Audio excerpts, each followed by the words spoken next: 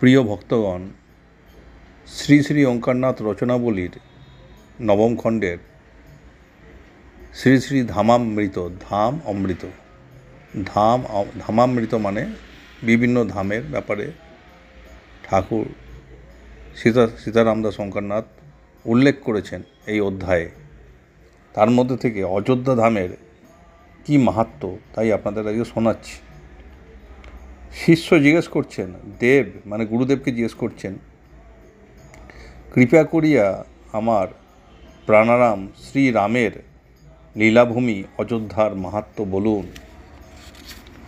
অযোধ্যার মাহাত্ম্য বলতে জিজ্ঞেস করছেন গুরুদেবকে। গুরুদেব বলছেন, বৎস, তোমার আগ্রহ দেখিয়া খুবই আনন্দ হইতেছে। অযোধ্যা মাহাত্ম্য বলিয়া শেষ করা যায় না, সংক্ষেপে বলিতেছি, শ্রবণ করো। আদ্যা সা গীয়তে বেদে পুরীনাং মুক্তিদায়িকা।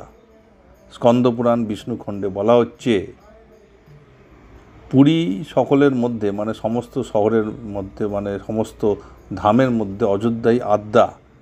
এই পুরীর আকার মৎস্যের ন্যায়, মাছের ন্যায় আকারের। অযোধ্যা শব্দই সাক্ষাৎ প্রণব। অযোধ্যা এই শব্দ সেটাই সাক্ষাৎ প্রণব। শাস্ত্র বলেন অকার ব্রহ্মা, জকার বিষ্ণু এবং ধকার রুদ্রের রূপ। শাস্ত্র বলছে অকারো ব্রহ্মা চ প্রক্তং জকারো বিষ্ণু রুচতেহে ধকারো রুদ্র রূপশ্চ অযোধ্যা নাম রাজতে।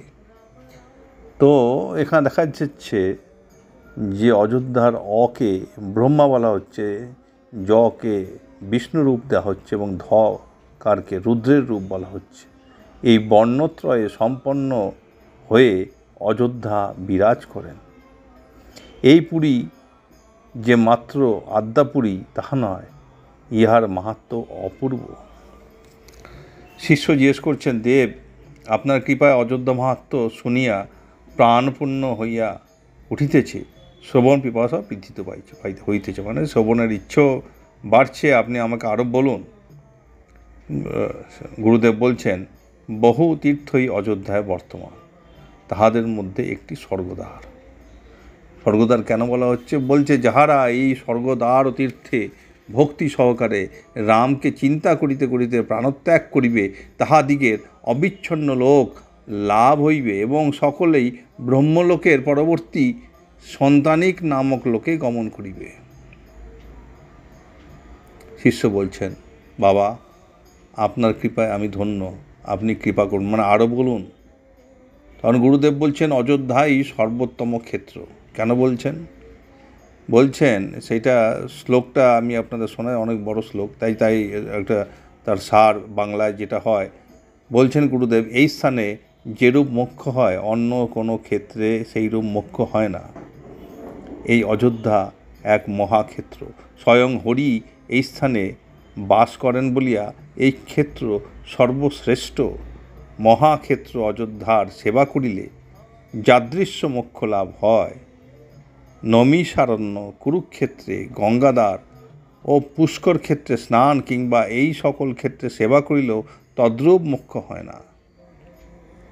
নিখিল তীর্থ মধ্যে অযোধ্যা ক্ষেত্রই শ্রেষ্ঠ বলিয়া জানিবে।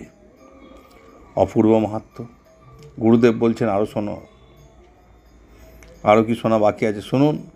ধর্মত্যাগী বিষয়াসক্ত চিত্ত সংসারী মানুষও যদি এই ক্ষেত্রে প্রাণ ত্যাগ করে, তাহার আর জন্ম হয় না।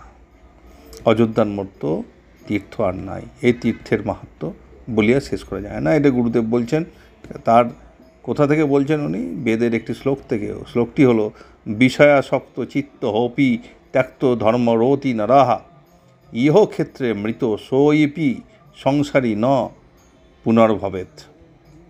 তো আপনারা শুনলেন অযোধ্যা ক্ষেত্রের এই মাহাত্ম্য, এই তীর্থের এই মাহাত্ম্য। যাই হোক, ভগবান শ্রীরামের লীলাক্ষেত্র এবং তার বাল্যলীলাক্ষেত্র, তার জন্মস্থান শ্রী শ্রী অযোধ্যার শতকোটি প্রণাম। আপনারাও যেরকম ঠাকুর রাম নাম নিতে বলেছেন সেরকম রাম নাম নিয়ে চলুন।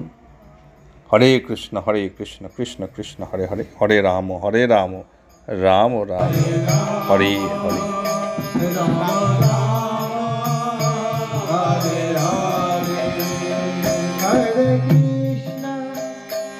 Hare Krishna, Krishna Krishna, Hare